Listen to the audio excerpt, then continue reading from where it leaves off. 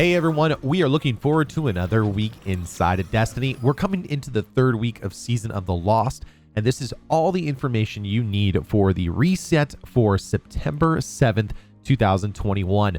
From special events to raid challenges to everything in store from the Eververse, here's everything you need to know to get set up this week in Destiny 2.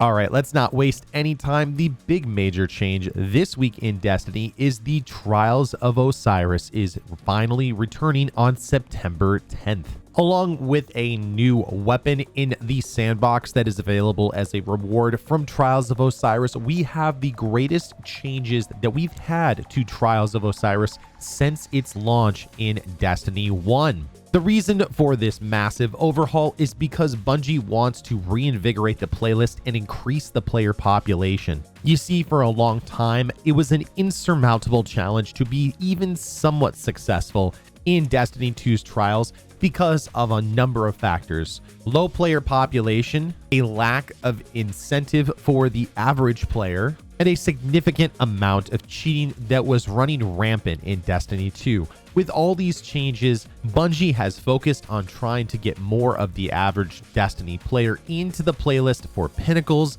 accessible rewards, and more. The first major change is on passages. The Trials passages, which track if you've got wins or losses, will now no longer track losses at all. A passage is either flawless or not. The passages are also account-wide, so if you want to switch back and forth between your Hunter, Warlock, or Titan, you can do that at your leisure. There are 2 pinnacle challenges now for Trials, which is either win 7 matches total on a given weekend or win 50 rounds. Much like the other vendors like Shaxx and Zavala, you now can actually get reputation for playing Trials. There's no 3, 5, and 7 win challenges. Instead, you max out your reputation, pick up weapons, shards, and materials from the vendor, and you go from there. Trials tokens have now completely been retired in lieu of the reputation and getting Trials engrams. The Trials engram will now decrypt to a random selection from the current armor and the not adept weapons. The biggest thing is that you don't have to unlock a piece of armor before it shows up. More importantly, you can actually now focus your engrams at Saint 14 to actually decrypt specific items that you have already received. If you've gone flawless, you can actually get additional drops of the weekly adept weapon through these Trials focusing rewards, but expect it to be very expensive. They've also made some changes to matchmaking. You now start with players that have the same number of wins on your card, and they'll be looking for similar Trials game performance of a given week. Some people have called this skill-based matchmaking, which is not super popular in the community, but Bungie has been very vocal that this is not skill-based matchmaking. It is a similarity check to make sure that there aren't a bunch of 2.7 sweats against people who are just trying to get their feet wet in the playlist. Also, Bungie has instituted the new Battle Eye anti-cheat inside of the game, hoping to combat cheating in general, plus win trading, account recoveries, and more. We'll have to see how everything pans out this weekend, but while you're doing that, search for the new Trials weapon. The Reed's Regret Linear Fusion Rifle will be available in its normal character as well as an adept if you go flawless. There are some interesting Season 15 perks on this weapon as well as some favorite standards, and with Season 15 focusing on fusion rifles being a very strong weapon, this is a weapon you'll want to get your hands on. It is the only linear fusion rifle that can run Headstone, where a stasis crystal will actually spawn with a precision final blow. In addition, it rolls with Vorpal Weapon, Adagio, Rampage, and Harmony, some very interesting perk combinations, especially if you are in PvP. As with all fusion rifles, if you can roll liquid coils in the second slot to help increase your impact damage, it's going to be very, very nice. For PvP, I'd recommend looking for Quick Draw or something like Killing Wind, along with any of those perks in the 4th column that I mentioned before. Of course, if you get the Adept version of it, make sure that you slap on one of the Adept mods so that you can get the increased benefit for the linear fusion rifle.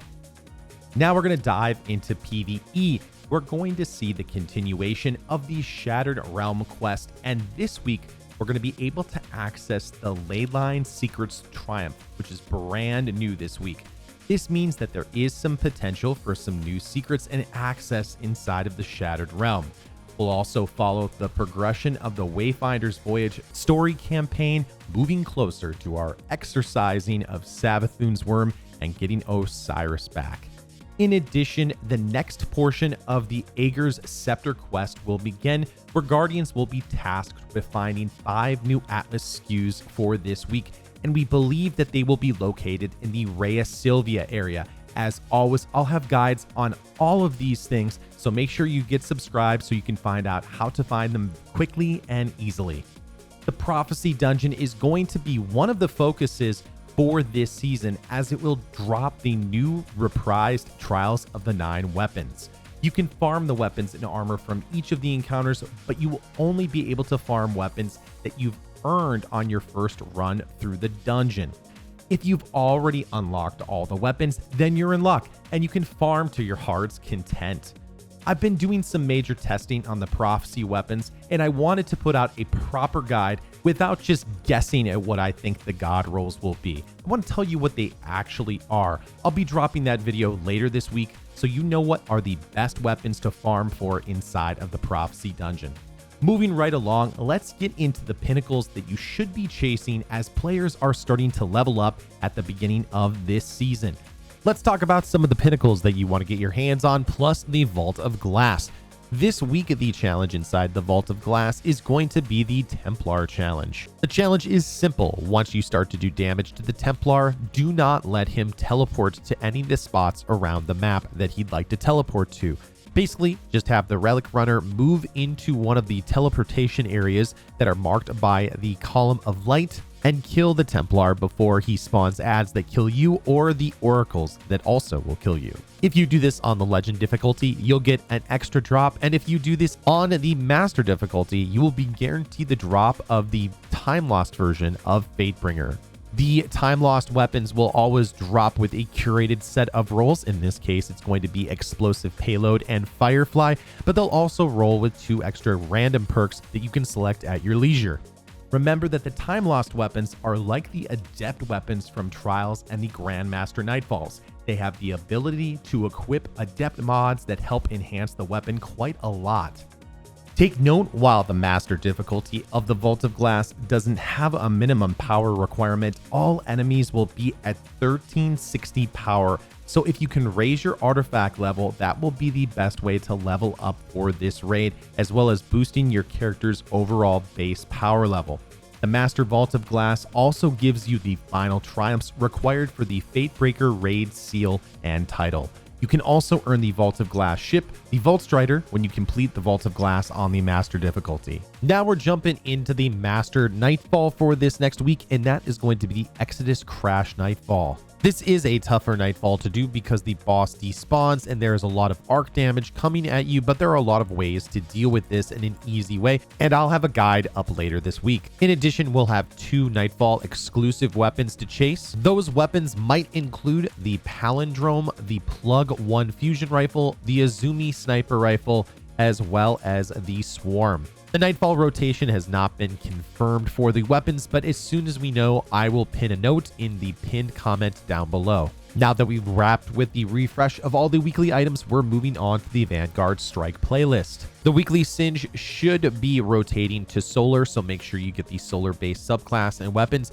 Do note that the daily modifiers do change, so do make sure that you check them out before getting your loadout together. The Lost Sectors for September 7th are going to be the Empty Tank on the Legend difficulty, aka the easier difficulty, and that will drop boots for any of your characters that complete it on solo. For the Master Lost Sector, it's going to be Aphelios Rest, and that's going to be for helmets. Remember that the only way to earn the seasonal exotics is to run those Lost Sectors solo. Take note that they rotate on a daily basis, so make sure to check in and always be looking for those Lost Sectors that are going to drop the exotics that you're looking for. The Crucible playlist is going to rotate to the Team Scorched game type, so hop on in and bomb around for some easy loot. Over on Europa, we have some of the challenges with the Beyond Light storyline and challenges. The weekly Eclipse Zone is going to be over at the Eventide Ruins. So if you're missing any augments, head over there and knock those out. The weekly Empire Hunt is going to rotate to the Dark Priestess. Remember that if you complete this on the Master difficulty, you can earn a piece of Pinnacle gear. The Empire Hunt is also the place to hunt for the Cloud Strike sniper rifle if you don't have it, and to farm it. All you have to do is to complete it on the normal difficulty if you don't want to go after that Pinnacle piece. This week, we'll also have the next Exo challenge, which is going to be rotating to the Survival Simulation. This will also drop you a Pinnacle piece of gear that is required for leveling. Both of the Empire Hunt and the Exo Simulation can be completed solo or with a fire team. The Ascendant challenge for this week is going to be the Forfeit Shrine, and the entrance is over in the Gardens of Isila. As always, make sure you go pick up the bounty from Petrovenge before you take on the challenge. I'll have a guide linked in the description of this video in case you need some help in getting that Ascendant challenge done. With the Dreaming City weapons being reprised, now with also some of the restored perks, now is a great time to hop back in and get those Ascendant challenges done. And now on to a brand new week of seasonal challenges. Not only do you get Bright Dust and much needed XP for these challenges, you'll also receive a boost to your Wayfinder's compass levels. So you want to knock these out as soon as you can and do them each week. First up, we have Wayfinder's Voyage 3. This is part of the normal story campaign, but also you can defeat Taken and Hive anywhere in the system. Stasis Final Blows will grant you more progress. After that, we have the Initiate Leyliner. Complete rounds of Astral Alignment and defeat Taken with the Taken Relic. Next up is Astral Telemetry 1. Gather parallax trajectories from playlist or astral alignment activities or from Ascendant anchors found on destinations and in the Shattered Realm activity. Next up is Umbra Wayfinder 3, where you focus tier 2 or greater Umbra engrams at the Prismatic Recaster in the Helm. Open up Wayfinder's troves in the Astral Alignment activity as well. For Sacred Scorcher, you need to defeat Guardians in Team Scorched. Pretty simple. Earn bonus progression for charged detonations. Inside of Gambit, we've got the Primeval Entourage, where you need to defeat Taken in Gambit. Earn bonus progress for defeating tougher combatants. Light Moon Rising means that on the moon, you need to earn progress by completing bounties, patrols, public events, and lost sectors. Next up is Challenger's Apogee. Reach power level 1320 by earning powerful rewards and prime engrams. After that, we've got Long Range Calibration. Calibrate long-range weapons like pulse rifles, bows, and trace rifles on the moon specifically. Bonus progress is made in lost sectors. Finally, we have the Ultimate Champion. Defeat champions in any Nightfall strike on heroic difficulty or higher. Earn bonus progress at higher difficulty tiers. Next up, we need to get into the Eververse and all those shiny new cosmetics. First up, we have an exotic ornament for each of the classes. For the Raiden Flux and the Hunter, we've got the Nano Redux. For the Titans and the Dune Marchers, we have the Husk Crushers.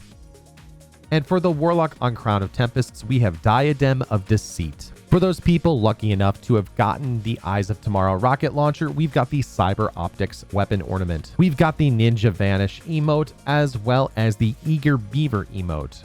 Lots of ships and sparrows this week. For the sparrows, we have the Archangel's Alacrity, which is a really cool Warmind looking sparrow. Then we have the 4 Degrees of Separation exotic sparrow. For ships, we have the Tachyon 4, as well as the Firebreak Warden.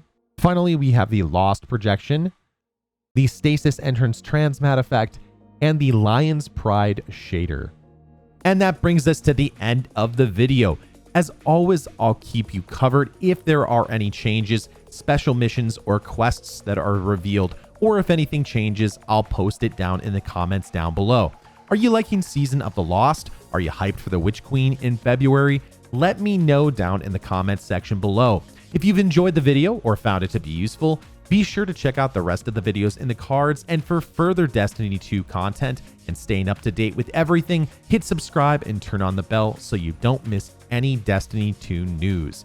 In addition to helping out with these guides, I always stream on twitch.tv/Manodestra, where our community and I help out Guardians with raids, exotic quests, Nightfalls, and more. Plus, we also engage in some hilarious shenanigans. We invite you to come and join us over on Twitch. We also have a growing Discord server where we discuss Destiny 2, as well as visit together as a community, and that link is down in the description box below.